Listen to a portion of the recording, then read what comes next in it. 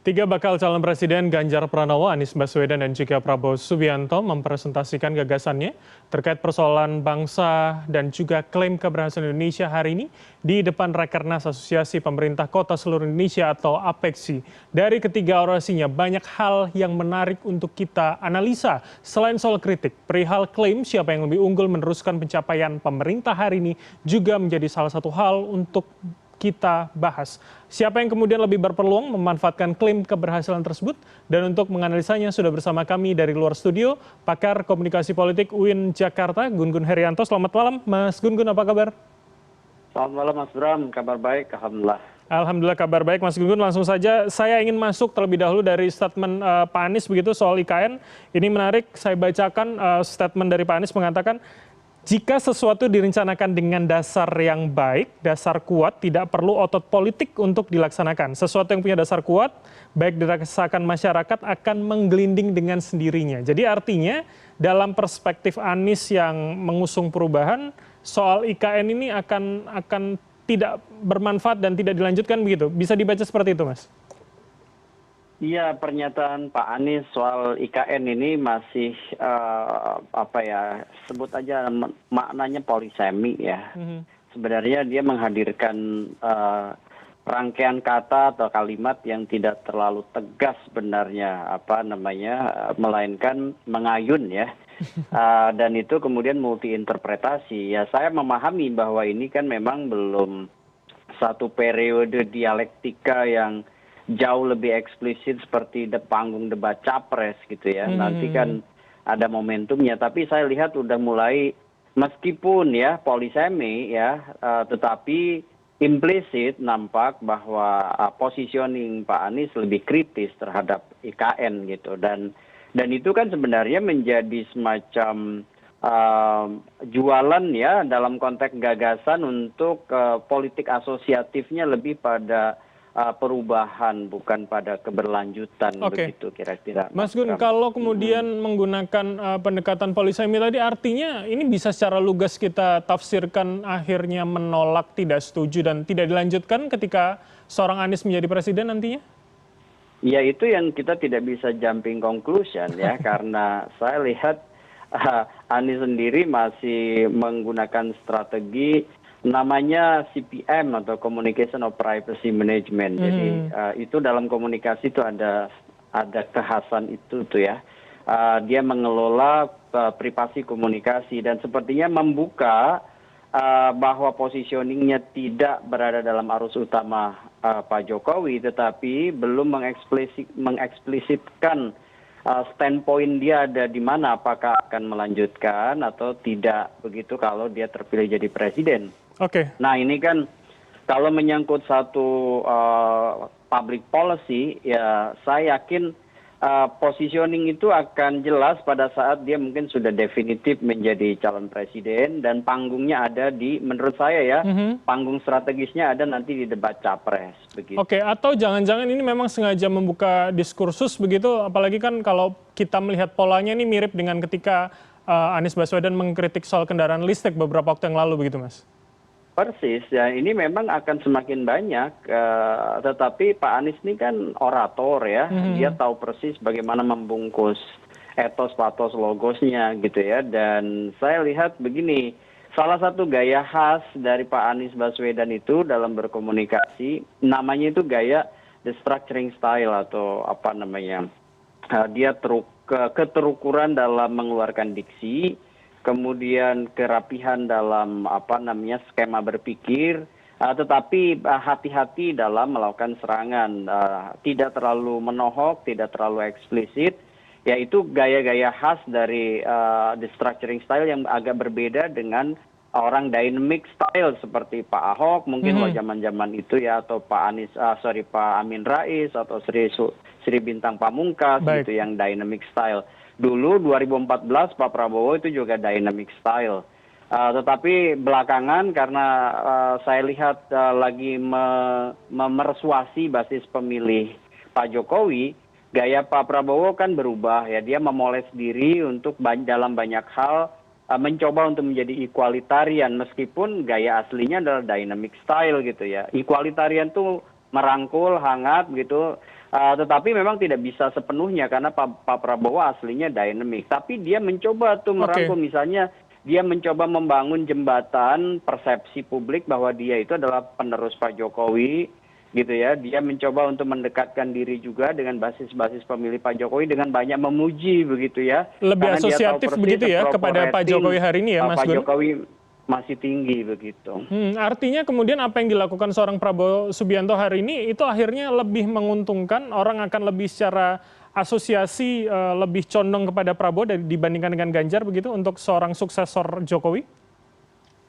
Saya lihat begini, ini akan sangat bergantung ya pada posisi terakhir ya politik Pak Jokowi sendiri ya. Apakah misalnya dia tetap mengambangkan sikapnya gitu ya, bandul politiknya kan sekarang ini tidak terlalu tegas, jelas mendukung siapa, meskipun orang meraba-raba di satu momentum sepertinya dekat dengan Prabowo dan memberi endorsement, di sisi lain juga dengan Pak Ganjar, artinya dia melihat ada posisi bejana berhubungan nih ya antara basis pemilih dia ya yang akan nanti swing, yang akan nanti mungkin shifting, ya itu akan kemudian diproyeksikan menjadi pendukung siapa. Itu menurut saya akan sangat bergantung pada last minute posisi politik dia akhirnya kemudian lebih tegas, lebih mengarah ke siapa. Tetapi sekarang menurut saya keduanya, baik Pak Ganjar maupun Pak Prabowo menikmati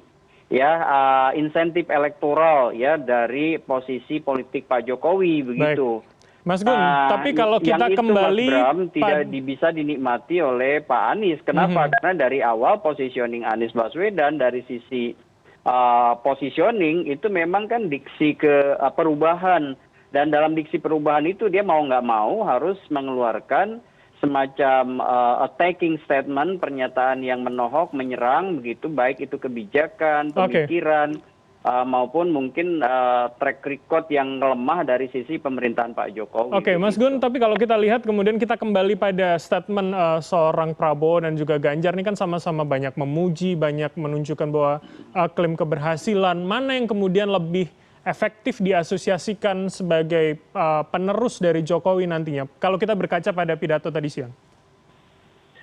Kalau mau melihat satu momentum ya tadi ya, tentu kalau gayanya komunikasi equalitarian masih memang lebih lekat di Ganjar, gitu ya. Ini kalau dari sisi gaya nih. Tetapi kalau dari sisi substansi kedekatan dengan ragam ekspresi dan narasi yang disampaikan oleh Prabowo, nampak Pak Prabowo jauh lebih bisa mengedepankan politik asosiatif dia dengan Jokowi. Nah, gaya equalitarian itu kan Pak Ganjar lebih agak-agak mirip-mirip dengan Jokowi. Pak Prabowo sekalipun mencoba untuk equalitarian, tapi dia nampak tetap masih berada dalam gayanya gitu, terlebih pada saat dia ngasih speech, ngasih pidato gitu di panggung. Tetapi dia cukup ekspresif ketika misalnya dia yang 2 kali berkompetisi dengan Pak Jokowi, tapi cukup sukses membangun tadi ya di panggung tadi persepsi bahwa dia cukup otoritatif ya, cukup punya pengalaman gitu, cukup punya rasa percaya diri bahwa dia adalah penerus Pak Jokowi. Mas Gun, begitu. jadi Dalam artinya konteks ini bukan hanya persuasi dengan kalimat memuji, tapi dalam beberapa hal ekspresi bahwa dia adalah bagian dari pengarus utamaan pemerintahan Pak Jokowi, itu nampak dia jauh lebih ekspresif. Artinya Ganjar lebih diuntungkan begitu ya, jika kita berkaca pada satu momen tadi siang begitu? Ya, menurut saya ketiganya memang dapat panggung, tapi kalau kita lihat misalnya posisi Ganjar Pranowo dengan Anies nampak lebih rileks ya dari sisi komunikasi politik ya. Ini di panggung depan ya, di front stage, sehingga kemudian insentif persepsi publik yang diraih menurut saya besar ya, terutama misalnya dalam konteks panggung tadi ya. Kita tidak mengeneralisir nih. Kenapa? Karena satu momentum ini kan lebih pada gimmick yang sifatnya temporer aja.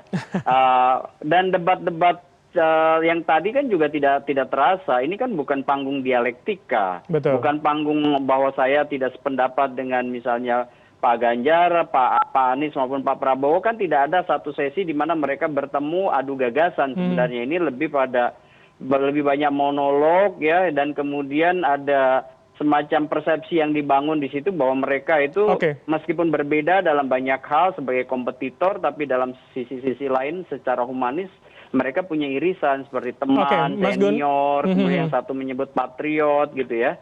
Itu kan diksi-diksi yang sebenarnya saling mengapresiasi, begitu Mas Bram. Oke, Mas Gun, tapi yang menarik adalah ketika kita melihat secara luas begitu ya, ketiga calon ini paling tidak kita kan bisa melihat apa yang disebutkan oleh Mas Anies, Mas Ganjar ini kan skupnya hanya pada kemudian menjadikan keberhasilan di satu provinsi seakan-akan bisa dibawa ke Indonesia. Sedangkan Prabowo Subianto itu lebih rasanya lebih luas begitu, tidak hanya soal pertahanan, tapi soal hilirisasi, soal bagaimana keamanan nelayan menangkap ikan di perairan Indonesia. Apakah ini bisa kita tafsirkan bisa menjadi senjata yang lebih unggul misalkan untuk bahasan yang lebih luas dibandingkan skup yang pernah mereka jalani begitu?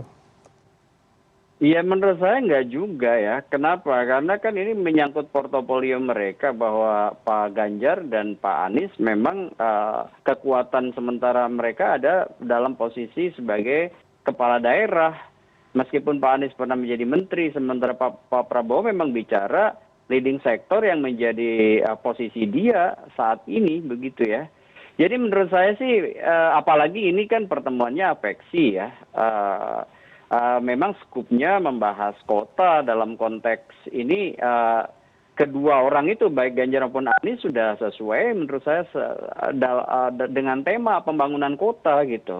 Sementara Pak Prabowo memang kan tidak menjadi kepala daerah, sehingga kemudian dia lebih banyak sounding pemikirannya dalam posisi dia sebagai Menhan.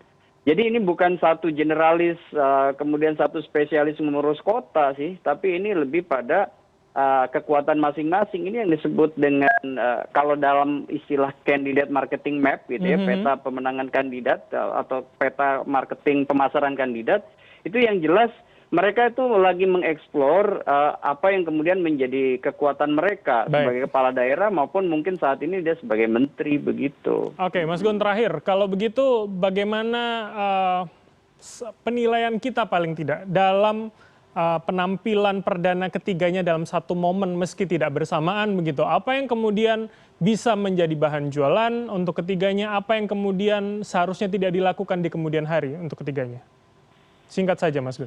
Kalau dari sisi kekuatan, menurut saya Pak Prabowo sudah mulai keluar dari gaya lama yang kurang menarik ya, yaitu dynamic. Dia sudah mulai mencoba lebih rileks, meskipun tetap ya gayanya masih ada warna yang kental sebagai orang dynamic.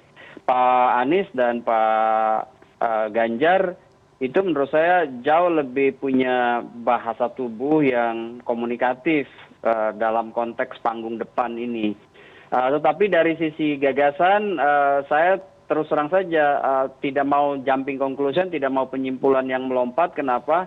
Karena tidak cukup ruang untuk menelisik ya keberbedaan mereka ataupun misalnya kekuatan argumentasinya. Kan bagaimanapun kan kekuatan adu gagasan itu pada bangunan argumentasi yang disodorkan begitu. Sementara menurut saya tadi evidence base ya, basis-basis data untuk menguatkan argumennya tidak nampak. Terlalu kuat begitu ya. Karena lebih ya sebut aja ini publisitas politik ya yang tidak dirancang memang untuk adu gagasan. Sebenarnya ini lebih hanya semata-mata bahwa memberi warna.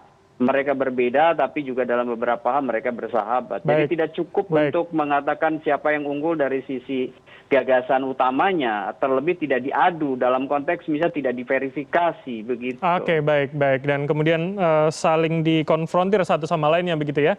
Terima kasih atas waktu dan insight Anda, Mas Gun Gun Herianto, pakar komunikasi politik UIN Jakarta telah bergabung sama kami. Selamat malam, sehat selalu Mas Gun Gun.